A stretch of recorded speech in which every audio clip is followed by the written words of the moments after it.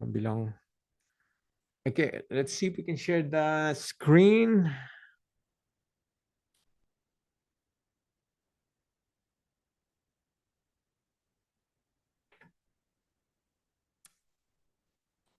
And tonight is the 21st part ng Book of James. And tonight we'll conclude the book.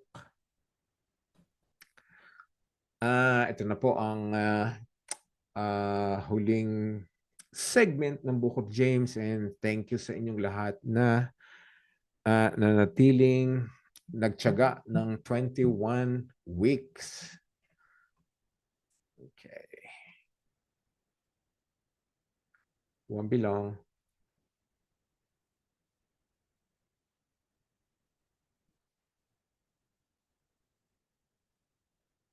Dali lang po. I'm just gonna fix the screen.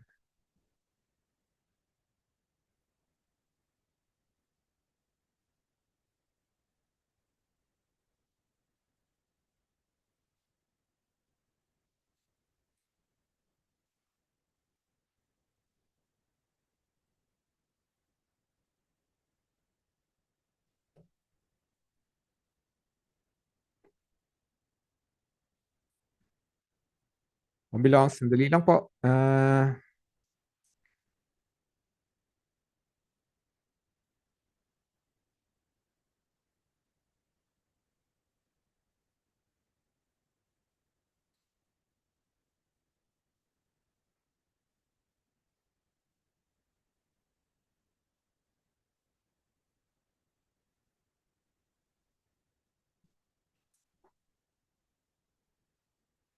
Okay, we'll ngayong gabi pag-aralan natin how we can help sinners sa kanila pong sa kanilang journey. Lalong-lalo na po ang mga nakatikim na mga hardship and difficulties sa buhay. Kaya nagkaroon sila ng kahinaan. Ang marami po sa kanila ay lumihis ng landas.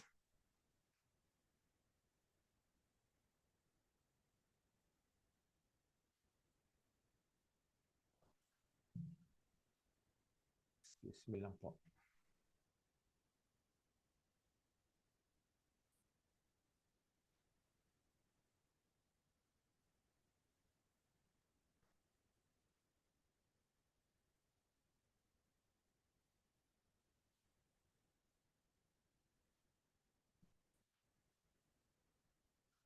Okay, marami po sa kanila ang nalihis ng landas, kaya nanghina sila, ang iba ay lumayo sa katotohanan. So, pag-aaralan po natin ngayon, paano natin magiging matutulungan ang mga taong lumayo sa katotohanan, nakatikim ng iba't ibang pagsubok, at talagang lumayo ang kanilang pananampalataya sa Diyos. Lumiit, umikli, naging isang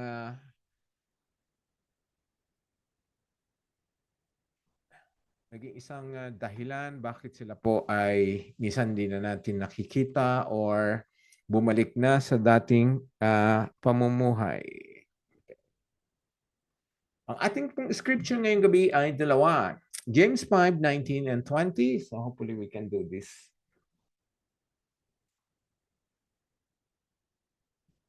We can do this in a short period. Okay.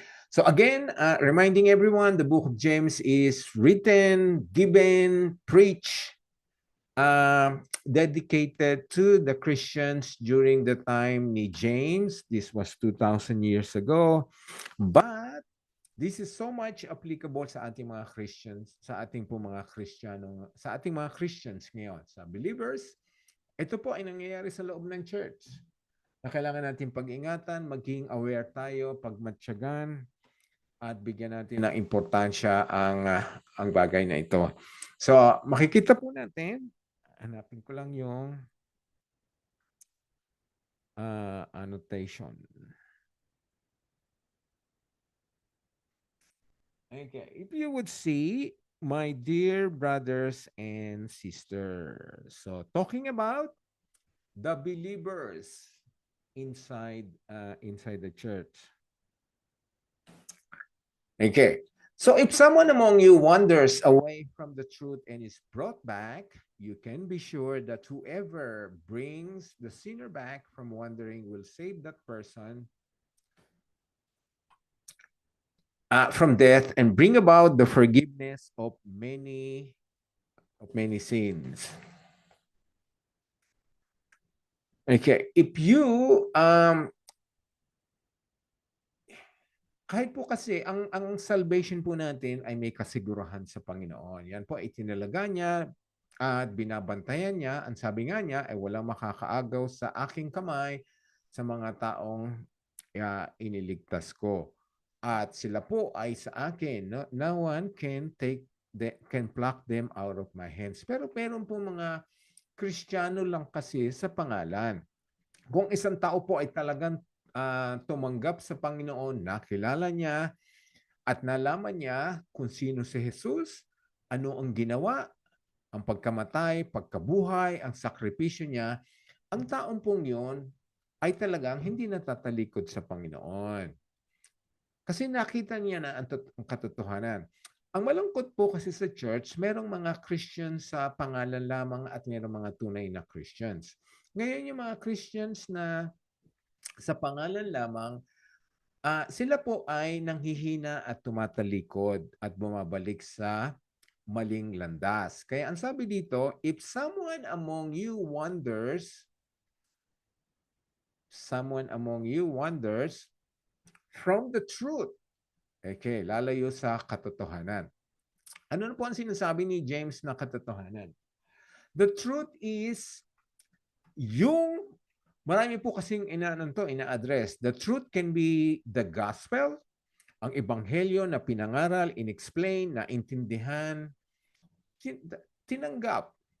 At maaaring nagdasal, sinabi niyang sinurrender niya ang buhay niya, naniniwala siya sa sinasabi ng gospel. Okay. Or the word of God.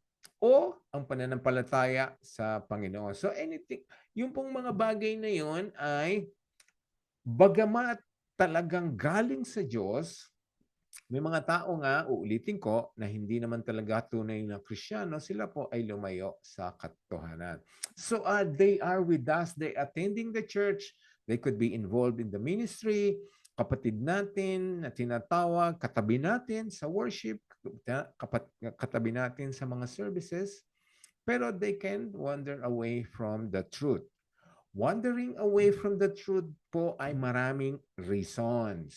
It could be the attraction of the world, or during testings, trials, and problems, difficulties, mas tinitignan nila ang ipinapayo ng mundo kaysa ang mga pinangako ng salita ng Panginoon. Or tukso, natukso sila sa atraksyon ng mundong ito. So yun po ay kaya sila, they wander away from the truth. Okay?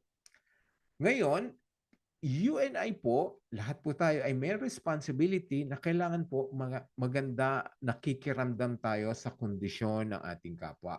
Hindi para husgahan, kundi handa tayong ipagdasal, handa tayong magbigay ng payo kung kailangan sa mga lumalayo sa katotohanan, lumalayo sa Diyos. Kaya nga sabi, if someone among you wanders from the truth, okay, who is that someone?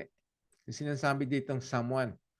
Someone could be a brother or a sister.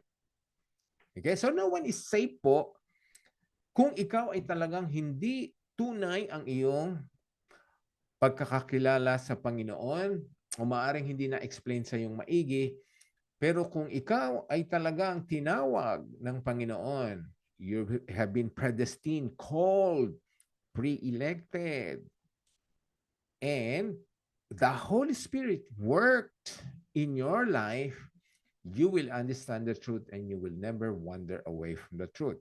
So, yun naman pong mahina na hindi talaga nakaintindi sa gospel, hindi naman ibig sabihin na sila po ay hopeless na. Kaya ang sabi, we need to bring them back. Okay? You can be sure that whoever, ito pong whoever na to,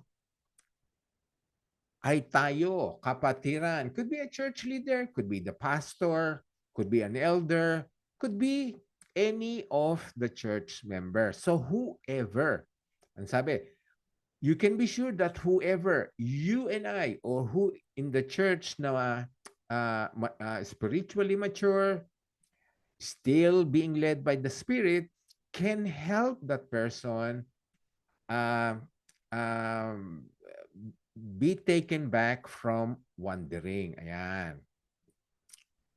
And I want to emphasize po itong ano.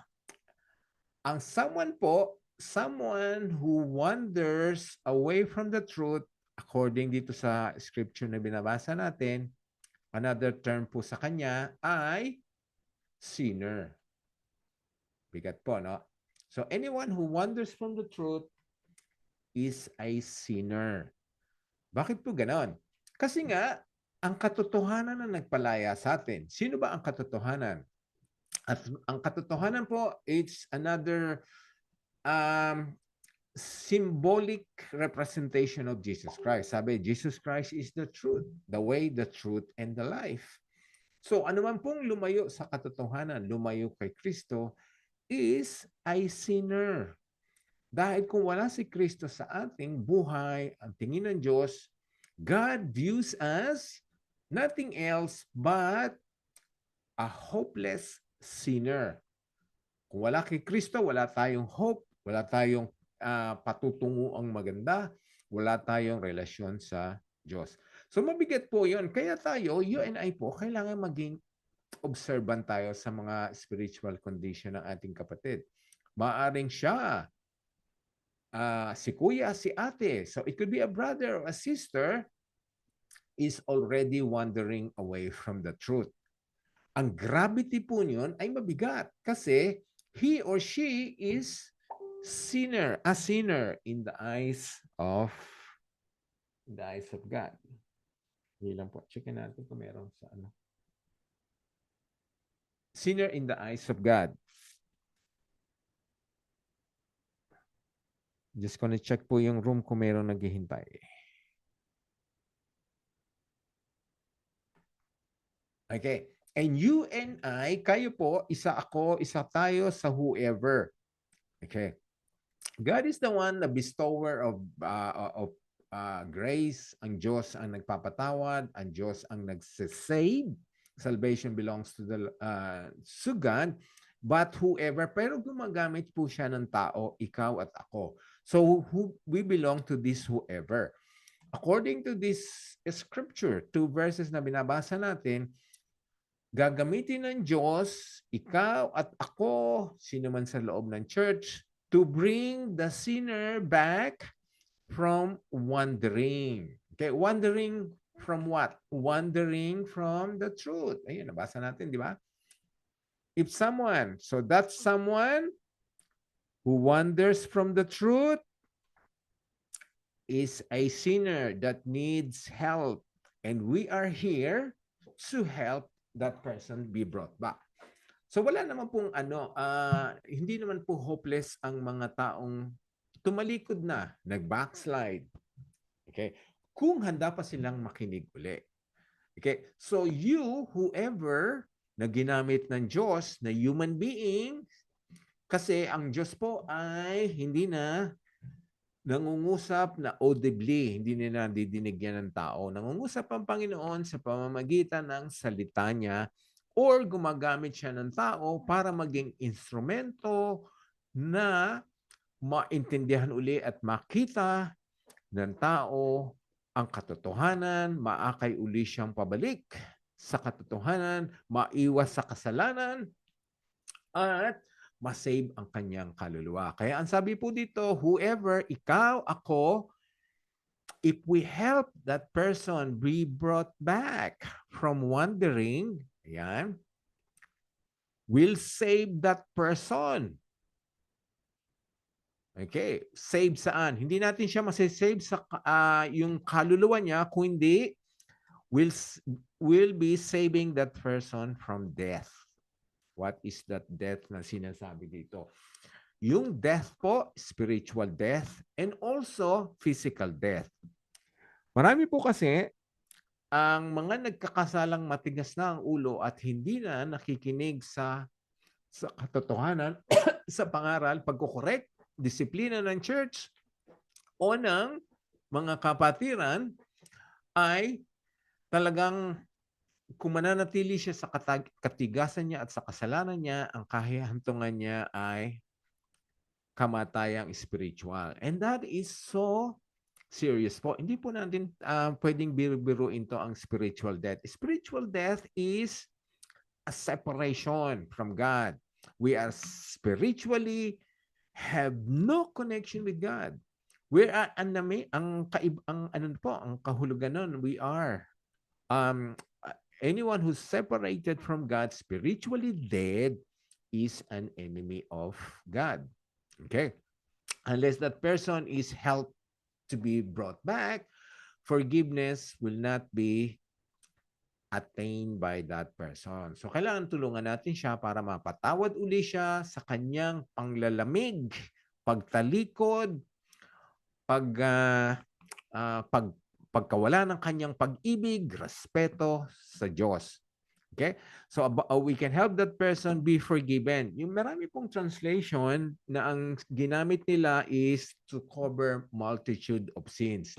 Ito naman po ay forgiveness of many sins. Okay. So, mapapatawad or matatakpan ang kasalanan. Okay. So, hindi po talaga biro-biro ang ating pong fellowship, ang ating pong pagsasama-sama as brothers and sisters. So, we're not meant to just enjoy each other's company, have wonderful fellowship, dine together, have coffee together, have lunch together. You and I po have responsibilities to see that if there is an erring brother or sister, we need to lead her or him back to God. Okay. So, kung babasahin natin itong uli, basahin natin dahan-dahan para makita natin, manamnam natin ang sinasabi. My dear brothers and sisters, if someone among you inside the church wanders away from the truth and is brought back, you can be sure that whoever brings that sinner back from wandering will save that person from death, bring about the forgiveness of many sins. God will use the members of the church, the people in the church, to snatch a person away from the grip of the enemy. Okay. So, yun po, ang ano natin is to cover many sins. Tignan po natin yung scripture sa sinasabi po sa Psalms 32:1. Ang sabi, blessed is the one whose transgression are forgiven. Makikita niyo po, if you would notice this, a sin that is forgiven is also a sin that is covered. Sins that are forgiven are also sins that are covered. Okay. Kasi natakpan na, hindi na uling babalikan, ang pinatawad na Diyos na kasalanan ay hindi na niya, although kahit alam niya, He's got the full knowledge of the sin na na-commit natin, He's not gonna bring that back against us when we face Him.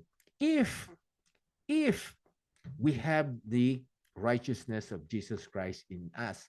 And righteousness of Jesus Christ in us can only be imputed if we believe the grace, the mercy, the works of Jesus Christ on the cross. So pinagpala daw po ang taong ang kasalanan niya ay pinatawad at tinakpan. Okay. So yun yung sinasabi kanina na if you help that person who wandered from the truth, you will have that person receive forgiveness and his multitude of sins will be covered. So yun ang hinahanap sa atin na responsibilidad natin. Responsibilidad po natin ay pangalagaan ng ating salvation na binigay sa atin na libreng-libre. Paano natin papangalagaan yon? Na tayo po ay mamumuhay na ayon na sa kagustuhan ng Panginoon. So, living righteously and holy lives. Yun po ang responsibility natin. At pangalawa po is to do good works. So we're not saved by good works, but it is expected. We are commanded. We are being charged by God after salvation to produce good fruits, to do good works. Okay. Sabi din po sa 85:2, Psalm 85:2, ganun naman po ang sabi, you forgave the iniquity of your people and covered all their sins. So tatlong scripture na po ang nagsasabi sa atin na forgiving is also covering. Ito nakita natin. God will forgive our sins and also at the same time, He covers those sins. Kaya nga, kung tutulungan natin ang isang sinner na lumayo sa presensya ng Panginoon, na lambot, ng hina ang kanyang pananampalataya, we help them attain forgiveness. Ang forgiveness po ay hindi manggagaling sa atin, ang forgiveness ay manggagaling sa Panginoon, and will also help them get their sins be covered. Kaya po, ang responsibility talaga natin ay hindi isawalat, hindi ikalat, hindi ichismis ang kanilang kasalanan, kung hindi tulungan silang matakpan yun. Cover the shame. Cover their sins. Covering po ng sins, I want this to be clear po, is not tolerating, is not being partner with. Ang covering po ng sins ay hindi parang tatabunan natin para wala nang makaalam. Covering their sins is to cover the shame. Para hindi naman po hindi naman kailangan sabihin sa iba. Okay, we only share the sins kung ang taong involved ay binigyan tayo ng pahintulot at kailangan natin i-share. Halimbawa po sa leadership or sa elders. Para ang taong yon ay maipagdasal, kung kailangan mabigyan ng correction, ng discipline, ay maipataw, and that person will realize the sins, the gravity of sins, will become remorse, and then that will lead to repentance and change of change ng buhay niya. Okay, again po, I'm emphasizing, repeating over and over again, responsibility po natin yan, mga kapatiran. Maging sensitive tayo sa nangyayari sa paligid natin. How can we be so?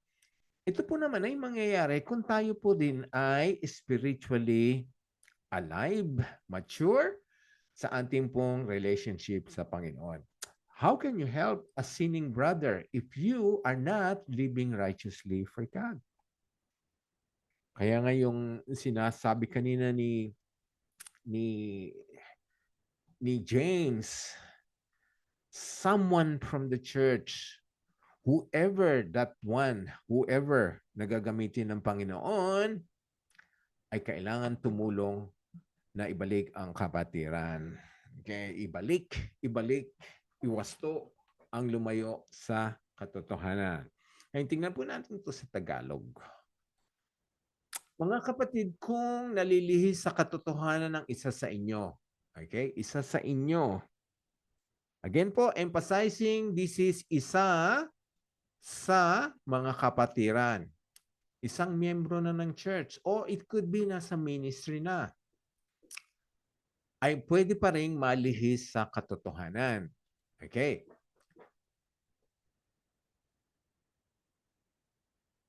At ang makakapagbalik sa kanya sa tamang landas, kung sino man yung taong gagamitin ng Panginoon, dapat niyang malaman daw na ang ginawa niya, ang pagbabalik sa isang makasalanan mula sa kanyang masamang pamumuhay, sinful life, ay nagliligtas ng kaluluwa nung taong lumihis sa katotohanan, lumayo sa Diyos. At ang taong yon ay maisasalba sa kamatayan, spiritual death and physical death.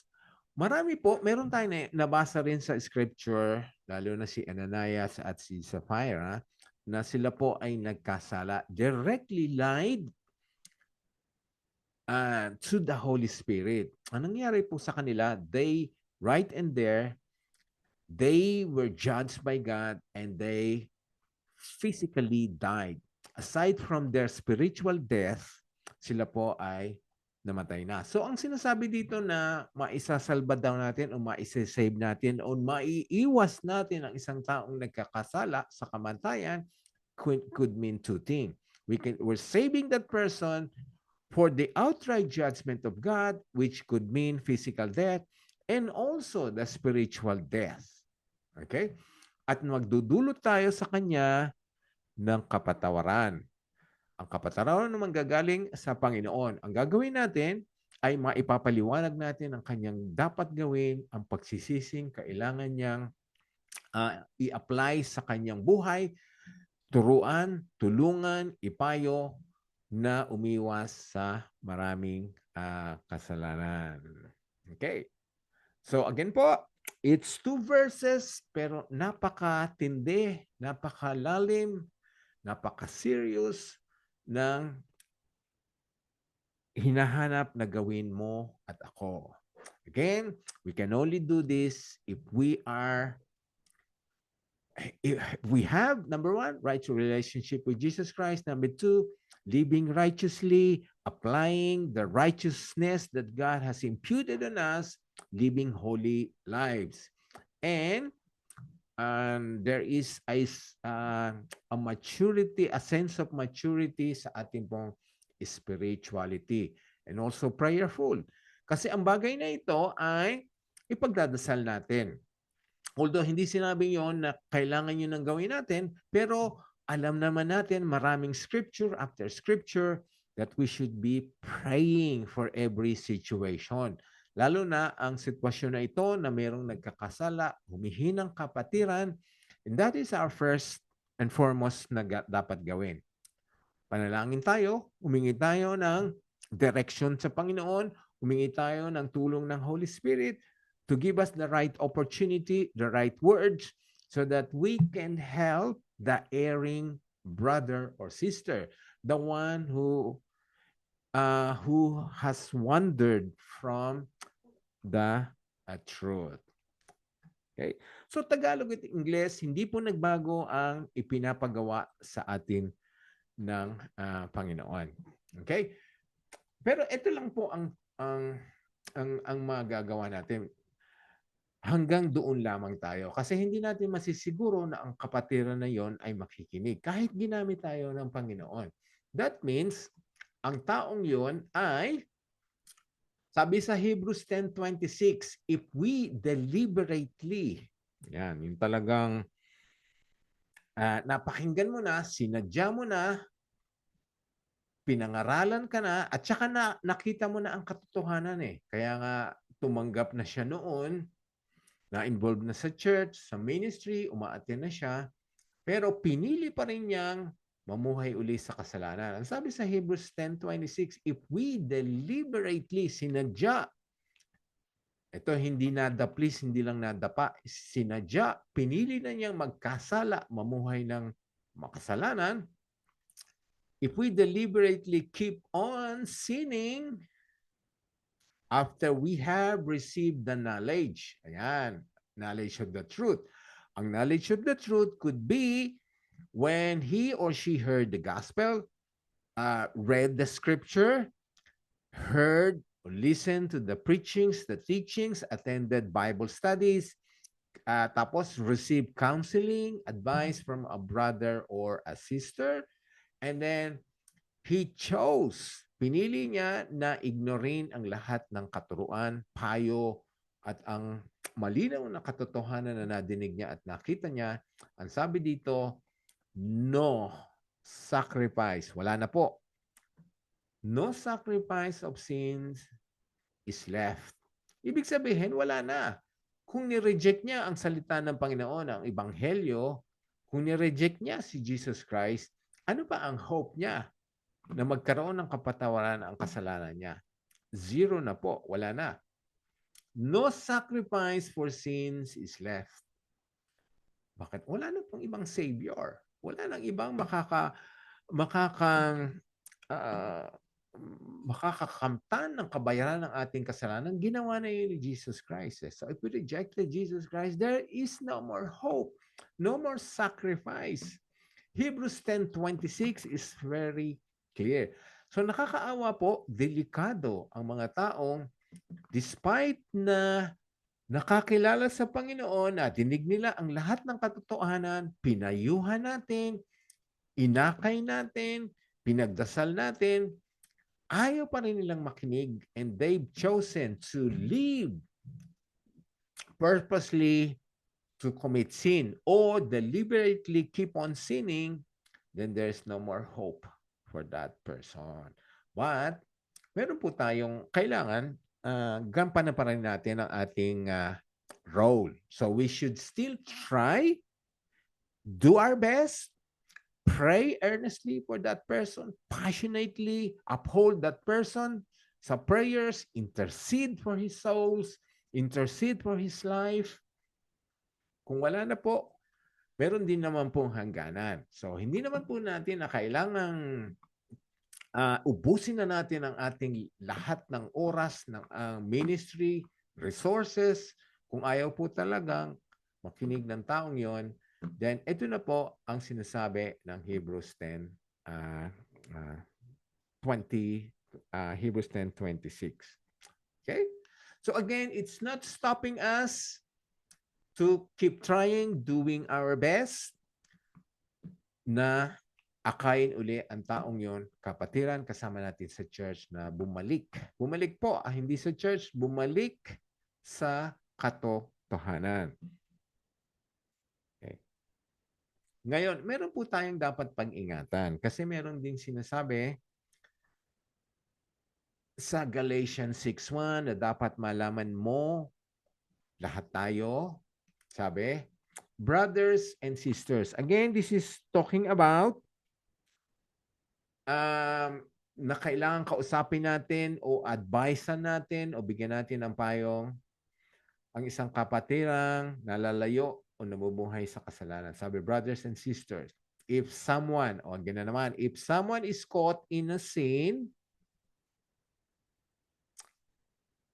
caught in a sin, nahuli, nakita, inamin, naging obvious, nagkaroon ng na-establish talaga na ang taong yon ay nagkasala o namumuhay sa kasalanan, ang sabi, you who live by the Spirit should restore that person gently.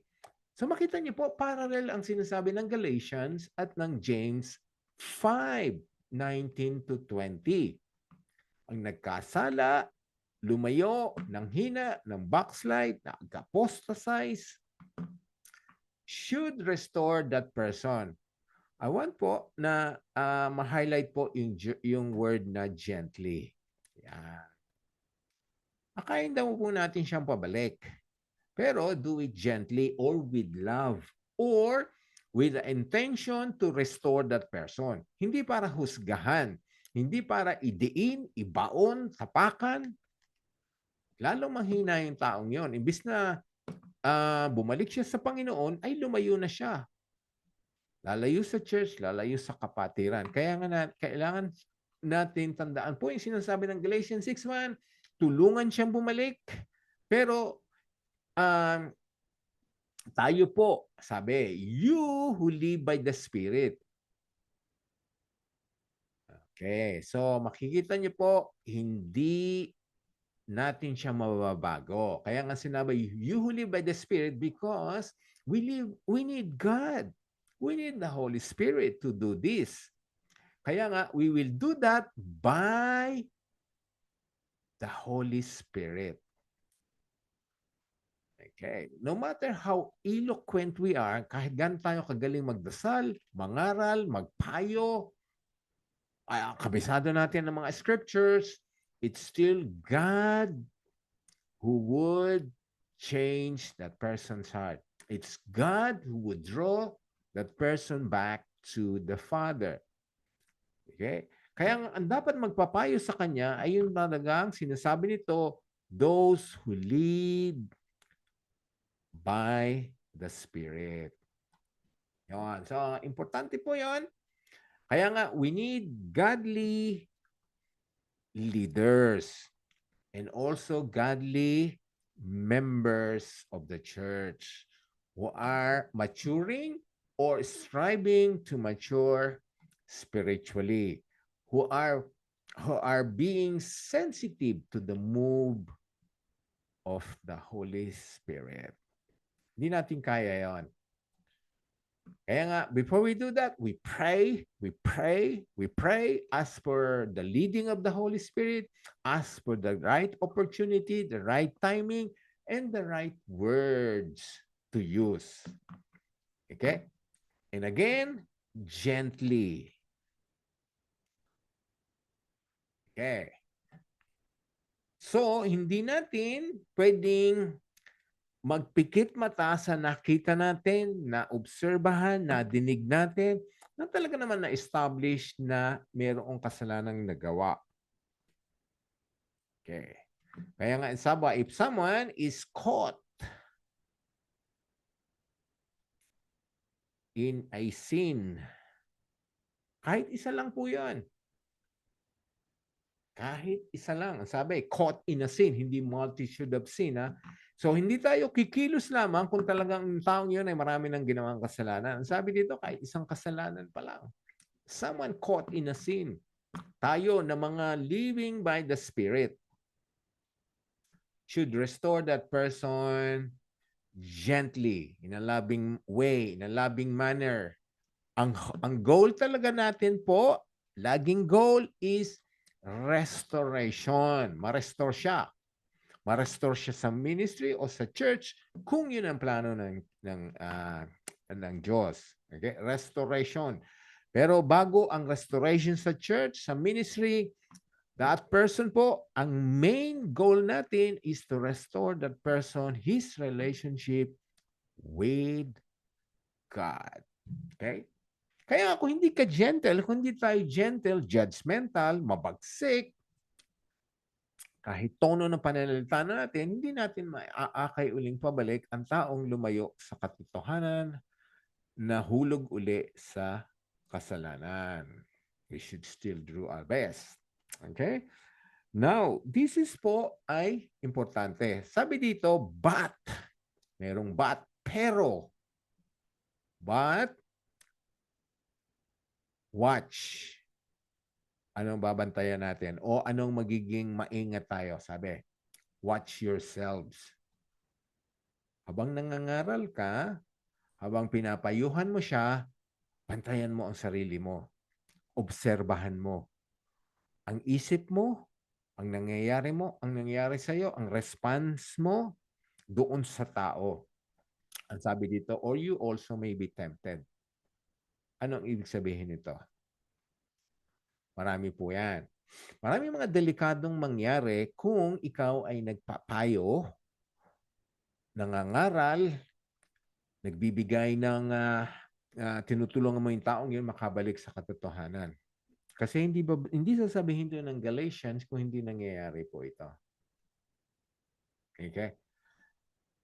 Ang babantayan po natin ay yung relationship natin doon sa taong yon. So, alam po natin na kung ito naman po ay talagang kailangan natin siguraduhin. Kung ang nagkasala ay babae, maganda po ang nagpapayo sa kanya ay babae or mag-asawa. Ang husband and wife. Kung ganoon din po, kung lalaki siya, ang dapat mangaral sa kanya ay kapwa lalaki or magkasama ang asawa at babae. So hindi po pwede na one-on-one ang isang lalaki at isang babae. Kasi papasok po dyan ang yun nga, watch or you'll be tempted. You may be tempted. Isa yung mga babantayan talaga natin. Kasi nga, kung nagkasalang tao yon at tapos pumasok ang tentasyon, naawa ka, imbis na pangaralan mo na ibalik siya, nahulog na ngayon sa'yo, you became a crying shoulder, then ano po ang mangyayari? There could be all sorts of temptations, all sorts of things na pwedeng mangyari. Magkahulugan kayo ng loob. Dahil siyempre maraming isisiwalat na bagay, ang pag-amin niya, ang mga sensitive na information, mga personal things, magkakaroon ng exchanges. So there could be a lot of doors for the enemy to na pumasok. So kailangan po talaga ay may iwasan yan, mababawasan yan kung lalaki sa lalaki o babae sa babae or kung kailangan isama ang asawa ng nangangaral. Or maski naman po yung pinapangaralan natin, mas maganda rin kasama niya ang kanyang asawa para wala na pong sikreto at wala nang itinatago pa. At para kung anumang disiplina ang kailangang i-apply, yung pong mag-asawa ay alam nila ang mangyayari. Okay? Kaya po, pinapaulit natin, tingnan po natin to, watch ang bagay na ito. Watch yourselves that you're not going to be tempted while you're doing that. Kahit po makadiyos, as you are being, at pinagdasal mo na, you can also be tempted. Okay? So maganda po itong sinabi ng Galatians 6:1. Okay? So ang bagay nito ay hindi tayo sinasabing hindi tayo pinipigilan ng Galatians 6:1. Ang sinasabi lang sa atin, gawin mo. Sabi nga, restore that person, but mag-ingat ka lamang. Yon. So marami po sa ating involved sa ministry, different ministries. We go on missions, we go on evangelism, we go on different ministry within or outside the church.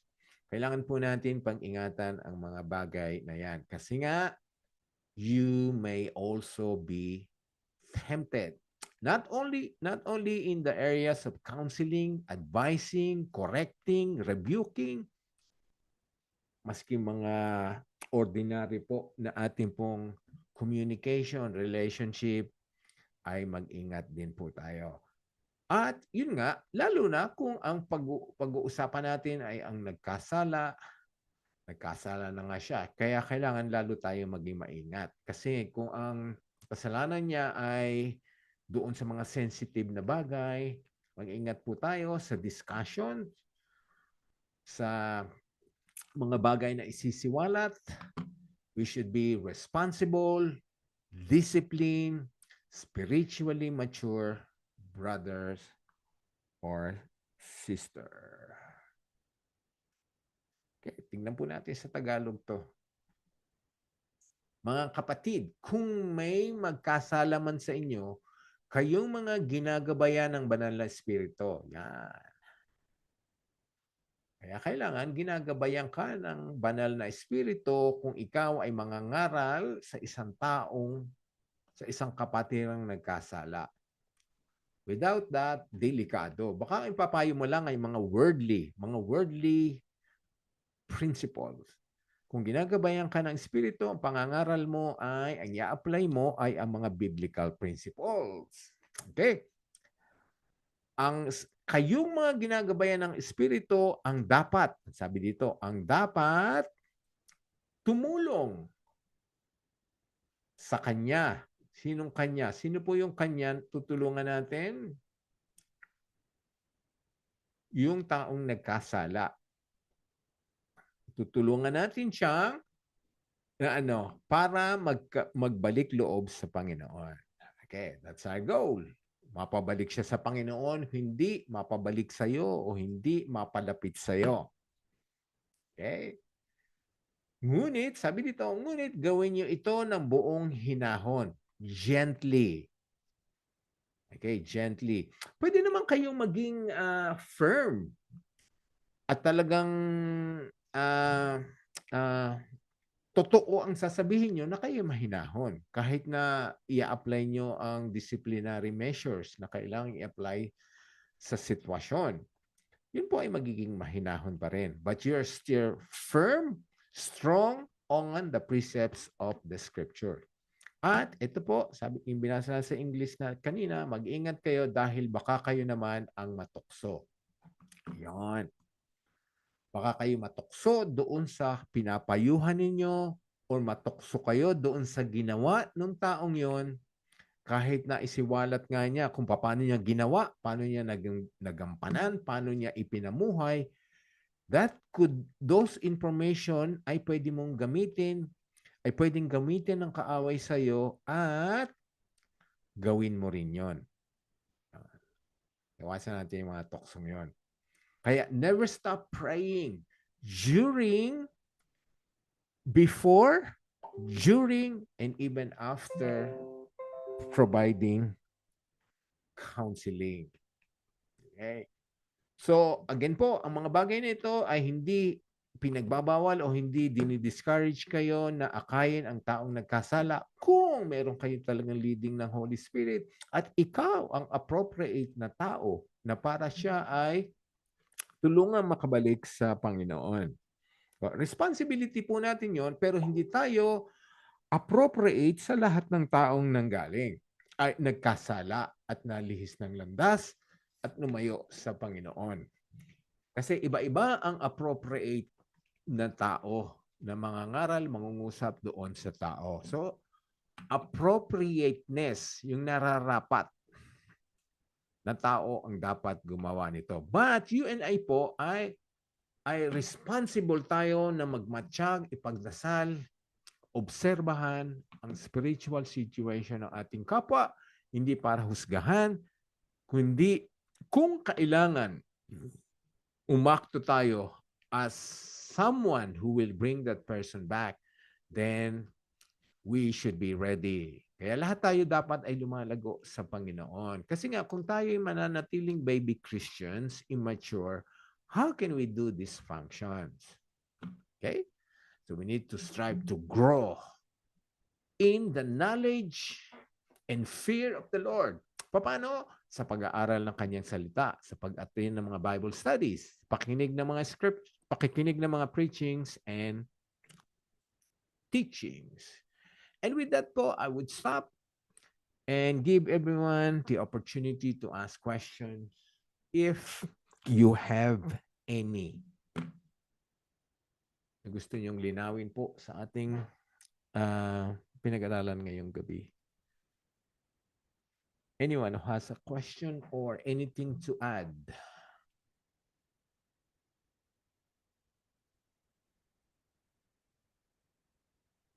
Minsan po kasi ang kapatiran ang magbubukas ng mata ng taong naligaw na bumalik sa kadiliman. Although God can send the Holy Spirit will try to prompt, to speak to that person. But sometimes po, another human being is going to be used by God to restore that person back. Kaya napakaganda po talaga ng Book of James. Lahat ng kailangan gawin sa loob ng church ay mababasa natin doon sa Book of James. Kung napansin niyo po, yung 21 linggong pag-aaral natin ay tinuligsa, in-address ang mga kakulangan, ang mga faults, ang mga dapat gawin at hindi dapat gawin sa loob ng church. Lalo na po itong last lessons natin ngayong gabi sa Book of James. Okay po. So I'm willing po kung merong any question. Maganda po na bago natin tapusin ang Book of James, lalo na po yung subject ngayong gabi ay naging malinaw po sa lahat sa inyo. Anyone who would like to add something or who would like to relate to a past experience? Ang dagdag lang din po, Pastor, yung regarding sa sinabi dun sa Galatians chapter 6 verse 1, yung sa last part na be careful na baka ikaw din ay matempt. Yep. Kasi minsan kasi human as we are din, minsan lumalabas talaga yung pagka-self-righteous natin minsan kapag yung kapatiran natin ang nagkasala, and then on the other hand, tayo naman we are looking okay. And minsan may ganun tayo eh. I think everyone naman can relate siguro. I myself have experienced has and probably would kung hindi ako maingat din na may ganong pride and self-righteousness kapag tinatry nating i-restore kung minsan ang isang kapatiran na parang ang lumalabas na minsan is buti pa ako, ganyan. Bakit ka ganyan? Pero ako, tingnan mo ako, parang ganun ba? May ganong, and in that sense, there's already temptation to sin, which is the self-righteousness and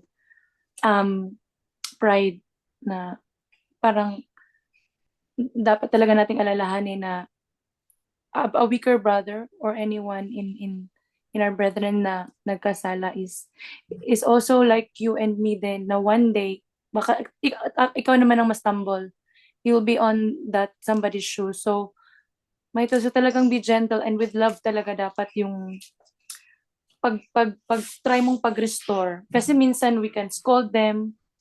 There's a self-righteous act of telling them na ganito kasing gawin mo or ganyan-ganyan. Tapos superficially, we are trying to elevate ourselves.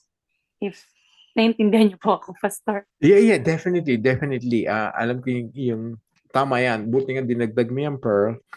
Yung being self-righteous. Kaya nga, kasi nga, ang temptation dyan is, I want to look good, so I would love to look to get others to look bad.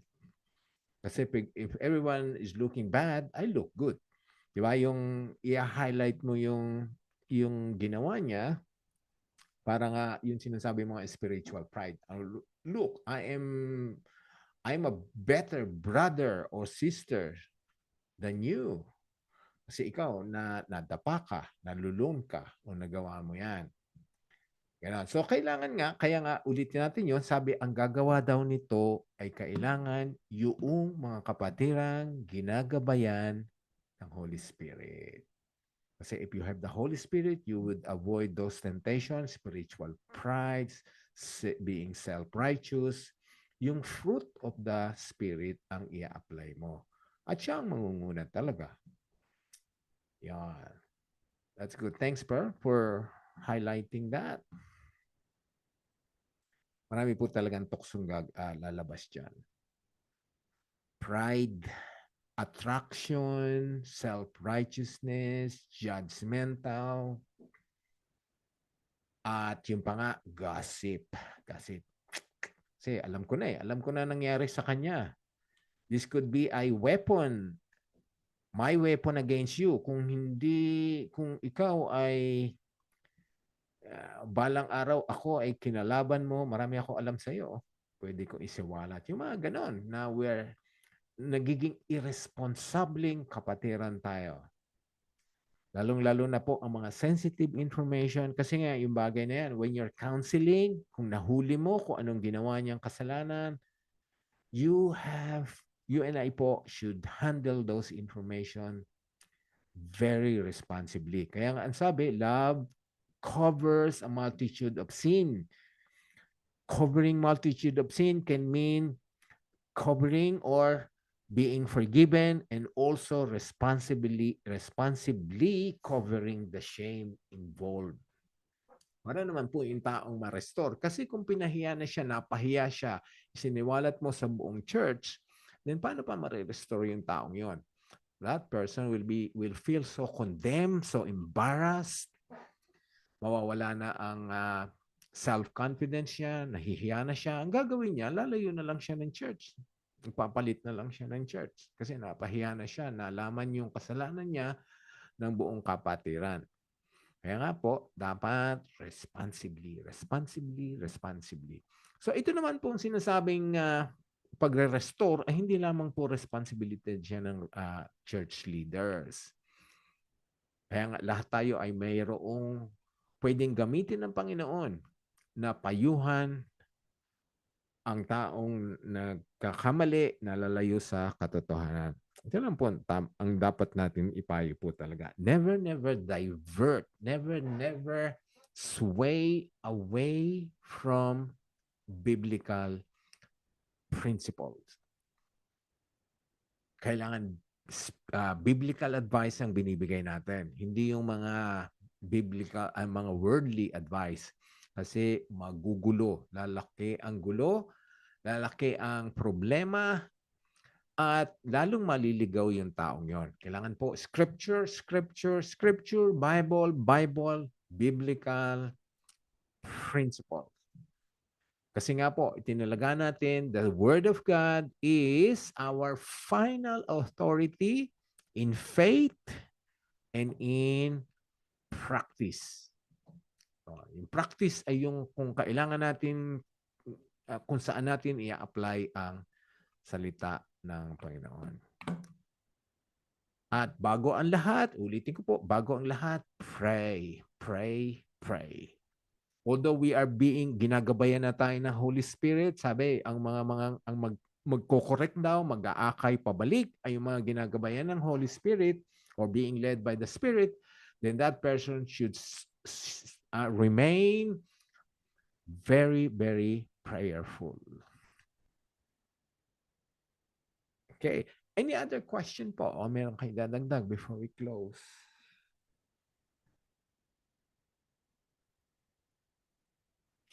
Okay. Hello, Pastor. Sabihin ka, Judith? Okay.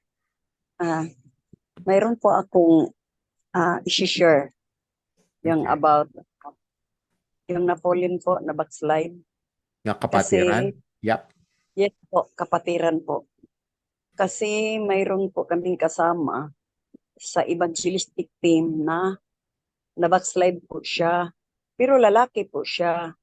Tapos po, nung na-backslide siya kasi bumalik siya sa paggamit ng drugs. Then, nawalay na siya po. Tapos, ayaw na po siyang lumapit sa mga kapatiran namin kasi karamihan na sa evangelistic team, puro lalaki po. So, mahiya siya kasi ipipersecute daw siya. Then, lumapit siya sa akin, pero hindi yung lumapit siya sa akin as person, through messenger, Pastor. So, tumawag siya sa akin.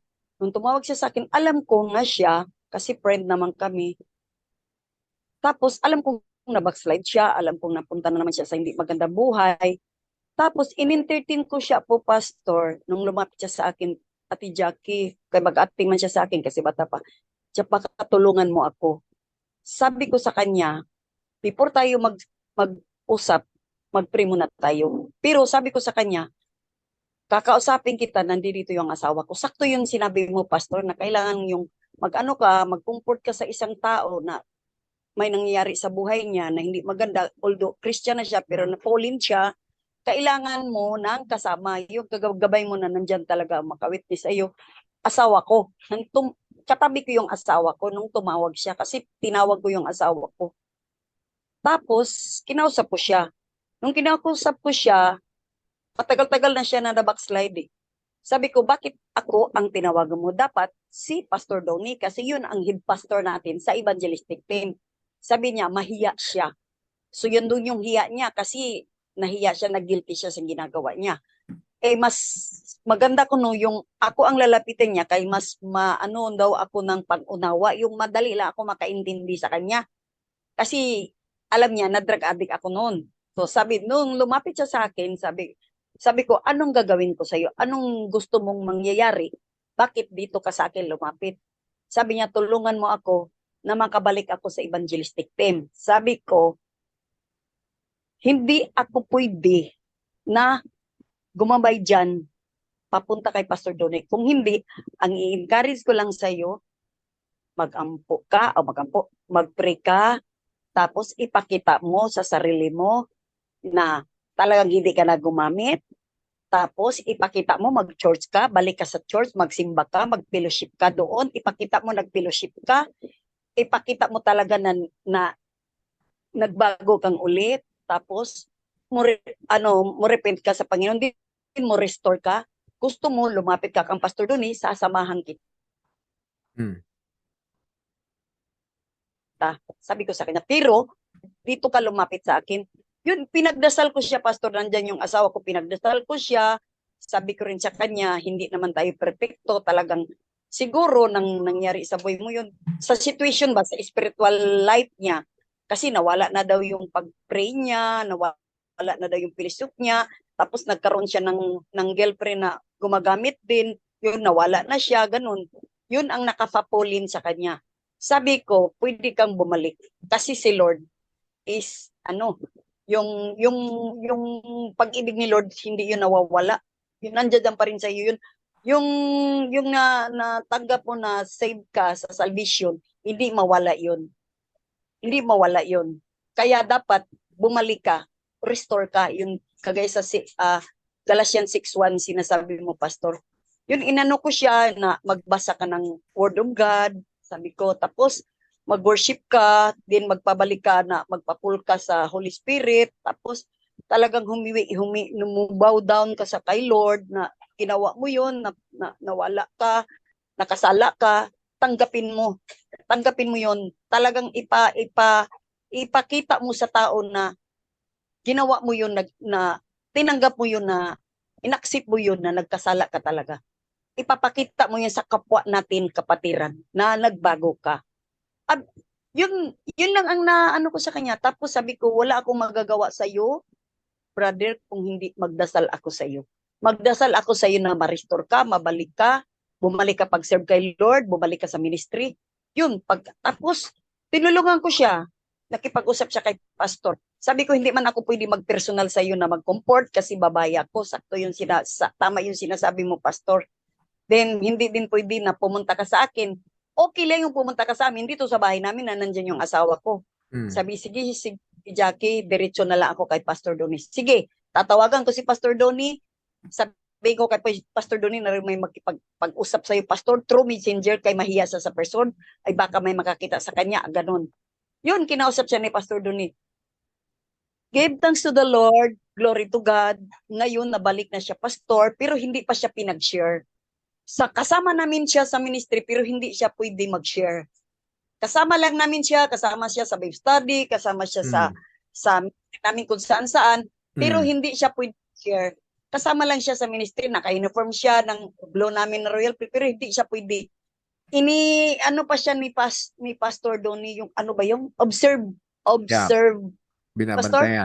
Binabantayan. Oo.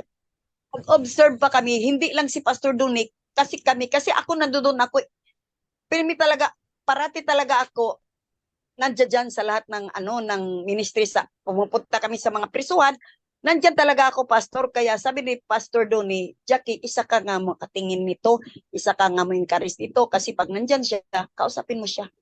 Kausapin mo na siya na marami kang katabi, marami kang nandiyan yung mga kasama natin. Pwede siyang kausap.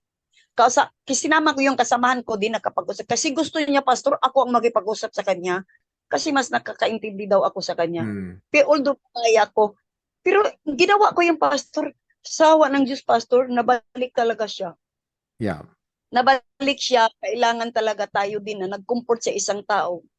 Mag-pray muna tayo, then magpupuno muna, papuno ba? Mag-ano muna tayo, full of the Holy Spirit, then before natin yan, lapitin yung tao na yun na sabi nga, yung pride, yung righteous, self-righteous, yung baka tayo naman ang madala noon sa kanya, madala tayo dahil temptation, matukso tayo. So kailangan tayo, aware tayo pag lumapit sa ganung mga tao na napolin siya, aware talaga tayo. Kailangan pag lumapit tayo niyan, kailangan tayo, puno tayo sa prayer. Yeah. Puno tayo sa espiritu before tayo pupunta kasi gera yun eh. Ano yun eh? Ano ba yung welfare? Ano ba yung pastor? Gera ba? Gera yung pinapasukin mo. Kasi naano siya eh. Pwede kang matukso noon. Pwede kang aanuhin noon. Sa paamo niyang mga salita. Pwede ikaw ang madadala niya. So, kailangan aware tayo. Aware tayo kung totoo ba yung sinasabi niya. So, kailangan tayo, pull tayo sa Word of God. Kaya sabi talaga na mayroon tayong balang nga Word of God. Sasabihin natin sa kanya, ito yung Word of God na kailangan mo. Kailangan mo. Magbasa ka ng ganitong word. Ano ba? Yun lang talaga. Marami na akong na-encounter, Pastor, babae din na backslide na na ano ko, mayroon din magkupol na pinaano sa akin ni Pastor Junmira Salipi, pinakomport sa akin kasi nagtrouble ang nagbalik sa sa gawi ng hindi maganda.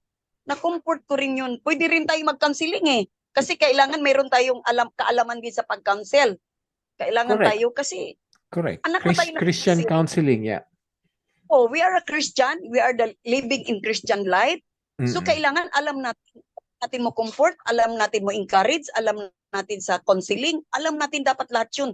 Kasi hindi natin alam kung sino yung tatao lalapit sa atin, kung anong case na nangyayari sa buhay niya, kailangan aware tayo. Kasi kung Correct. hindi tayo aware, wala tayong kaalaman, kaya alam natin dapat mag-attend tayo ng mga seminar, mag-attend tayo ng mga events na para Correct. makakuha tayo ng maraming laman sa Yeah. doctrine, sa gospel, Yeah. mabigay natin yung bala. Armored ba? May Yeah. armored tayo na lumaban tayo sa iba-ibang klaseng situation sa isang Correct. tao na kapwa nating Christian. Kasi meron din pastor na fallen. Pero in-encourage ko, pastor. In-encourage ko siya, pero hirap silang dalawa, bago pa silang dalawa. Yung babae ang nagkasala, yung asawa, yung babae. Yung lalaki ayaw na magtanggap sa asawa niya, pero talagang inano ko talaga. Kasi sayang.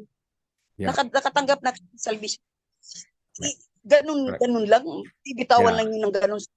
Hindi Yeah, kailangan dapat, talaga maging maingat tayo. Yeah. So hindi natin talaga maiiwasan minsan yung lalaki ay mas komportable siyang lumapit doon sa babae, younger Yes. or older. Kailangan mag-iingat tayo. Kung may asawa yon, kung may asawa ka, isama mo siya, ang asawa mo.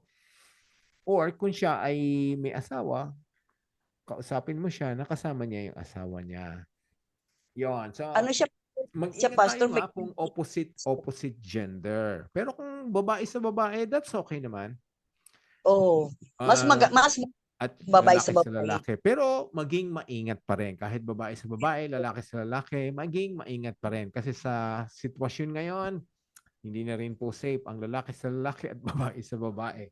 So, lahat ng klaseng temptation ay papasok pa rin. So, ano Yes. man ang gender, mag-ingat. Ang tama ka, kailangan Yun po. natin ng marunong tayo ng counseling. Kasi nga, sa counseling, meron din tayong mga i-advise na mga practical, mga tungkol sa marriage, tungkol sa mga anak, iba't ibang klaseng problema ang pwedeng dumating sa atin. Okay, so, Yun, ang ano po natin yung talaga, ang lesson ngayon ay we should have the responsibility to restore a sinning brother or sister. Kung halimbawa tayo ang naka-observe, tayo ang nakadiskubre, we can refer that. Kung hindi tayo ready, kung hindi tayo ang gagamitin ng Panginoon, yan yung time na refer to a mature brother or sister or one of the leaders of the church. Okay. But we can never po close our eyes on a sinning brother or sister. Either pagdasal natin, i-refer natin siya or kausapin natin siya kung tayo talaga ang appropriate person na ipapadala at gagamitin ng Panginoon. Okay. Maraming yun salamat po. po sa inyong gabi, sa lahat po ng nakinig. I-apply po natin sa buhay natin to, whether we're in the ministry or not. Maging sensitive po tayo sa ating po mga kapatiran sa kanilang kondisyon. Not to pry, not to gossip, hindi para makialam, kundi maramdaman natin kung kailangan tulungang iwasto ang kapatiran na yon. Si kuya o si ate, si brother or sister. Lahat po yan ay dasal. Ang una natin gagawin. Okay. So, kung wala na pong question or answer or maidadagdag, let's ask Cherry to close us in prayer.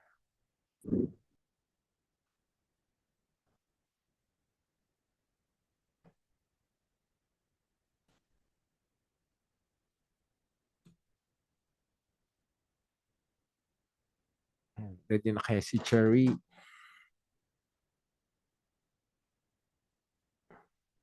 Sorry po.